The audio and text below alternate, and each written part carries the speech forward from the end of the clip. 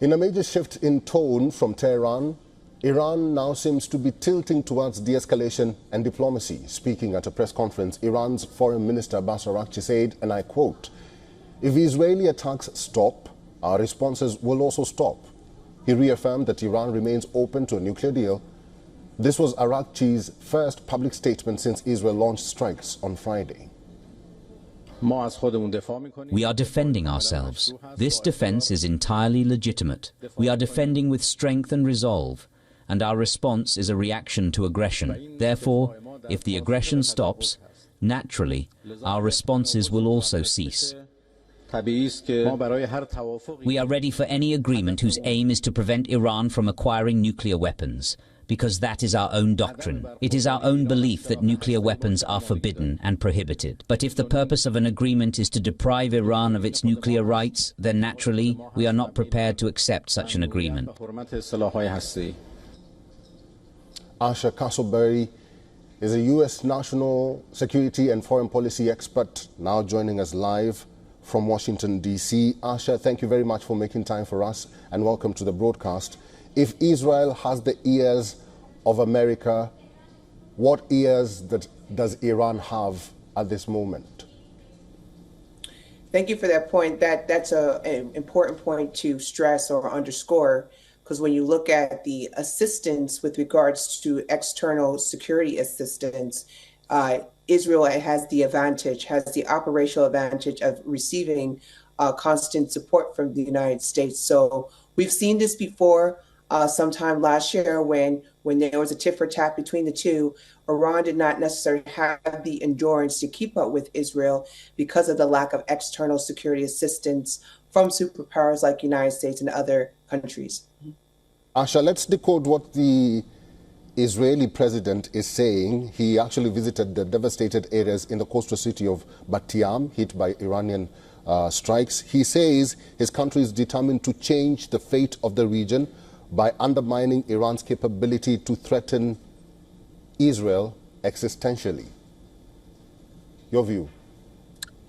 Yes. Well, what we're seeing is, what we might see, what we've seen before is that there might be a shift in terms of diplomacy work, where they're now going to go right back to engaging in terms of diplomacy talks because of the significant damage that has happened within the last several days as far as the constant attacks or the tit for tat. So, but if we go back into diplomacy talks, the talks have to be authentic in terms of what exactly is Iran doing in terms of their buildup of their nuclear capabilities. Does Israel really want to be committed to a nuclear negotiations? So on both sides, in terms of authenticity, how much are they willing to really be able to show that they want to stop in terms of Iran becoming a nuclear state? Now, it's on behalf of Iran to prove that in terms of their build-up, because unfortunately, within the last several years, you've seen where they have been closer and closer to become a nuclear state. But in the time being, there's been just a lot of damage happening with regards to the tit for tat.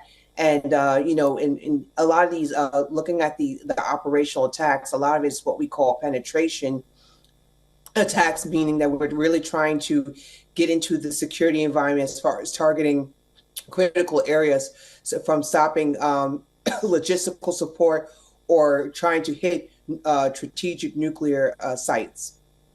Ms. Castleberry, let's talk about diplomacy. And Iranian Foreign Minister Abbas Araghchi says Tehran is open to a nuclear deal that would ensure it cannot acquire atomic weapons, and it is ready to stop attacks if Israel does.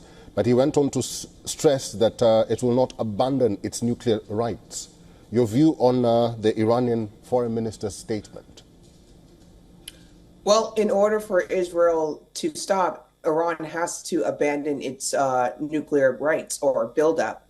They pretty much claim that the purpose of their nuclear program is for friendly usage. But with regards to what Israel is seeing, they don't necessarily believe that. And they do believe that Iran is closer to becoming a nuclear state.